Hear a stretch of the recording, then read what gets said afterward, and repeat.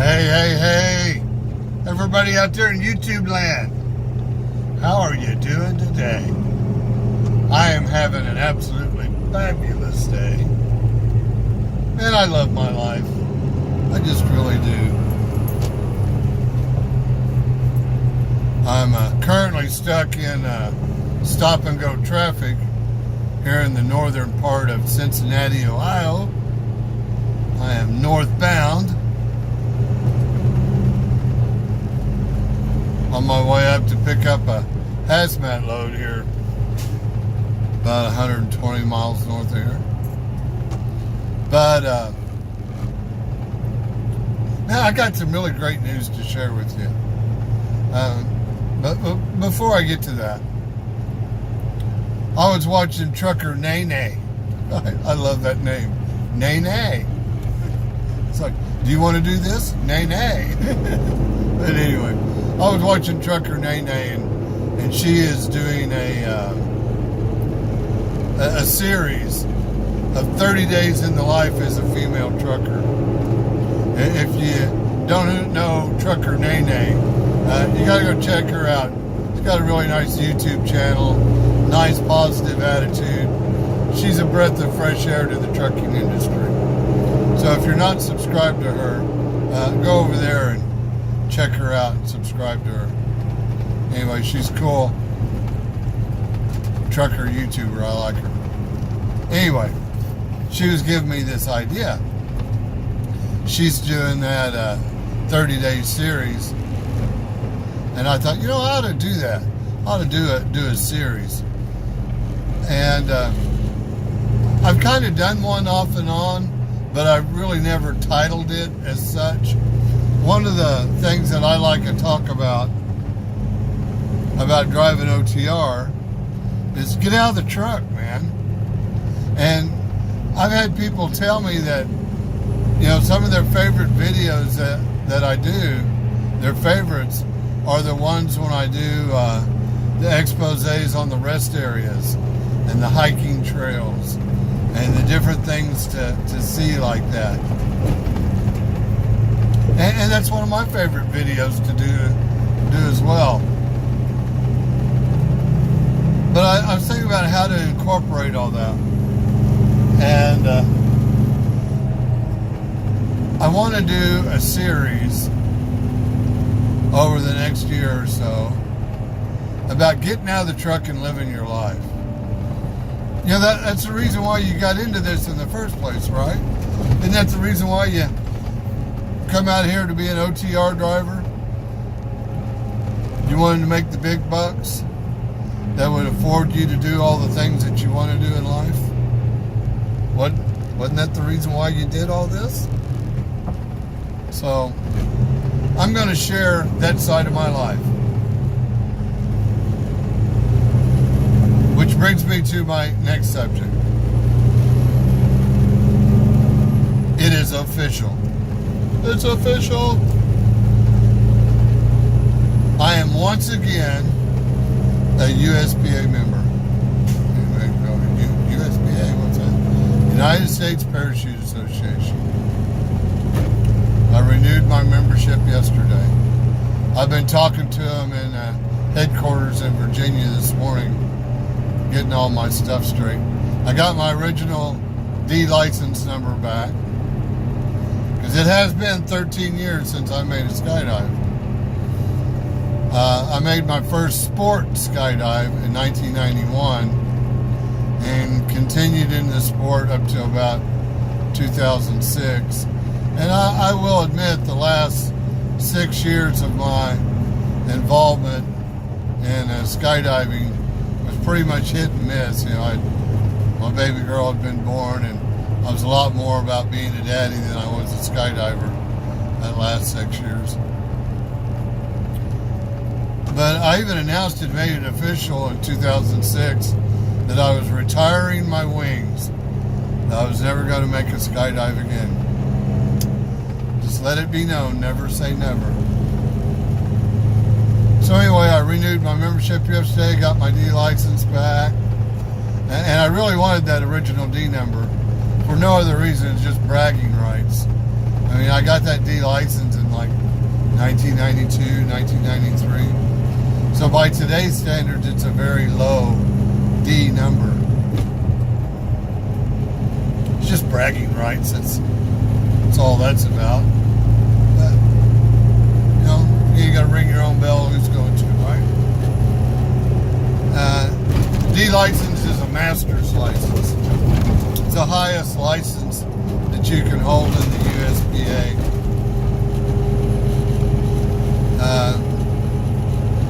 There's a lot of different little hoops that you have to jump through. You know, different things that you have to do, like water landings, night jumps, and, you know, all this different stuff. But the big thing is the jump number. You have to have at least 500 skydives to get a D license. I've got more than twice that, so that's not that big of a deal. And actually, my jump number, you know, I'm 1,117 skydives. To a lot of people that go, crap, man, that's a lot of times jumping out of an airplane. By today's standard, it's very low. I know lots of guys that have 4,000 to 8,000 skydives.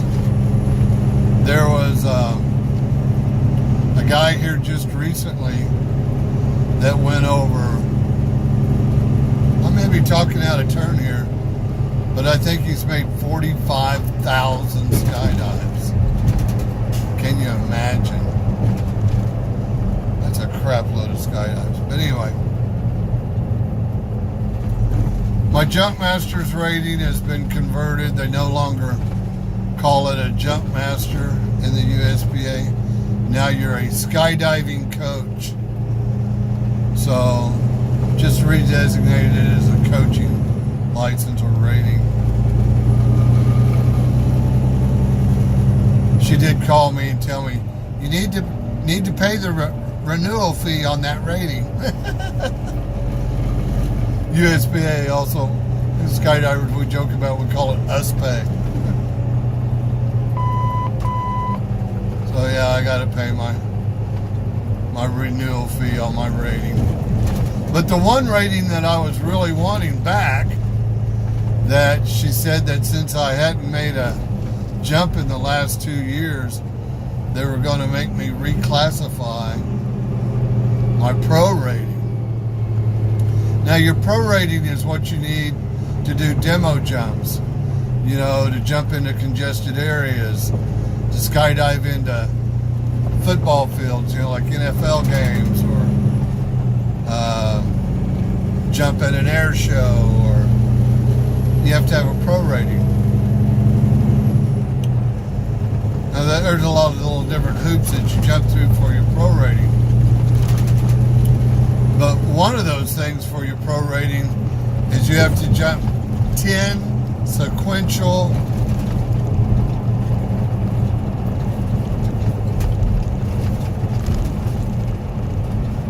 dead center landing jumps for that rating. And that ain't easy to do. You can be the best skydiver in the world and blow that one. And one little mistake puts you out.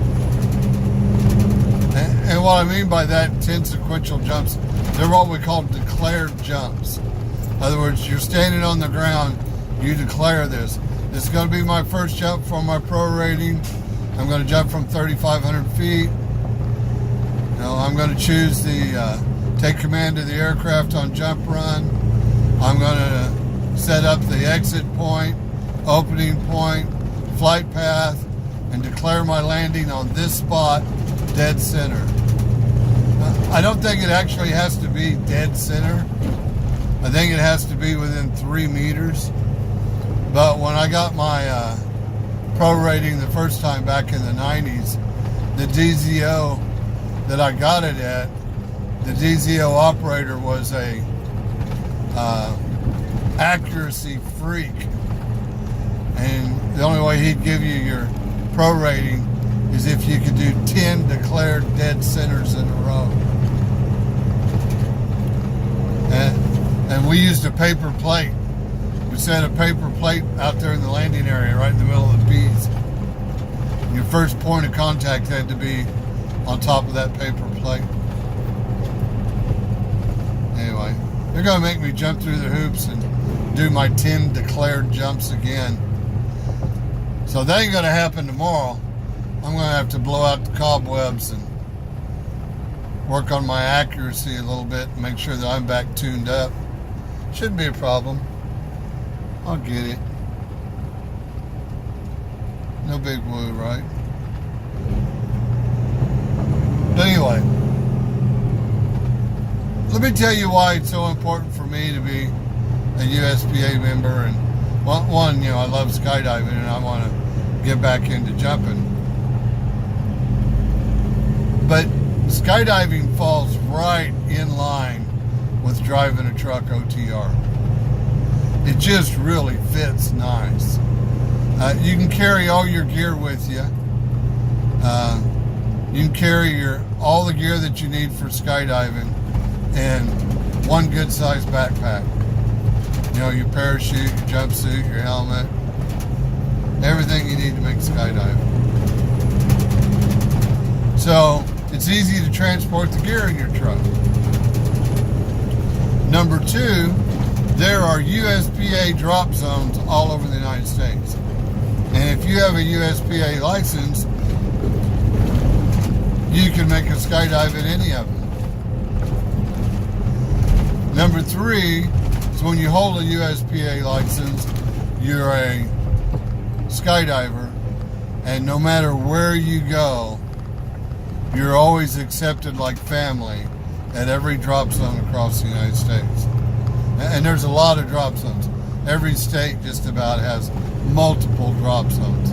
I was looking on the map last night, and there was a drop zone halfway along my deadhead. I could have stopped and made a skydive.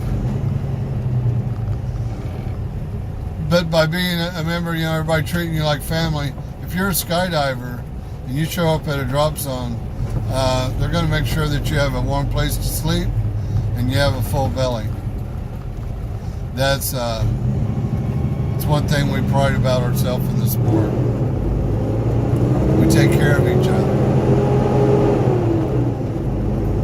But what a great way to make friends. And every drop zone you go to, you come away with a handful of new friends. And whenever you show up to a drop zone, everybody wants to talk to you, everybody wants to get to know you, everybody wants to make skydive with you. It's just a really cool environment. And jumpers, they come from all walks of life. There's professionals, doctors, lawyers, attorneys, all that kind of good thing. Working class folks, and your occasional DZ bum. A DZ bum, we call them DZ bums because they live on the drop zone. Luckiest people in the world, man. They make a living skydiving. That's all they do. And they generally live at the drop zone, and they make skydives every day. Lucky fools. But anyway, so that's one of the things that I'm going to do in my series about get out of the truck and live your life. And I'm going to take y'all with me on that adventure. I'll put a camera on my helmet, take you for a plane ride, make the occasional skydive, and the festivities in the evening at the drop zone, and as well as do stuff like on rest areas and different places to enjoy your life as you go on OTR. But that's a big thing, is get out of your truck once in a while and live your life. Don't be just one-dimensional. To be truly successful in life, there has to be multiple facets to your definition of success. One, your job, how you make your money. Two, that you actually make money. 3, the relationship you have with family and friends and other people in your life. And 4, being able to do the things that you want to do as far as hobbies and special interests. And to just get out and live once in a while. So, that's what I want to do. I'm going to do a series on that. I invite each and every one of you to come along for the ride. It's going to be fun, man. I'm all about having fun. Well, I generally like to keep a video down within 15 minutes, and I just went over 15 minutes. So I'm going to give you your due and say goodbye.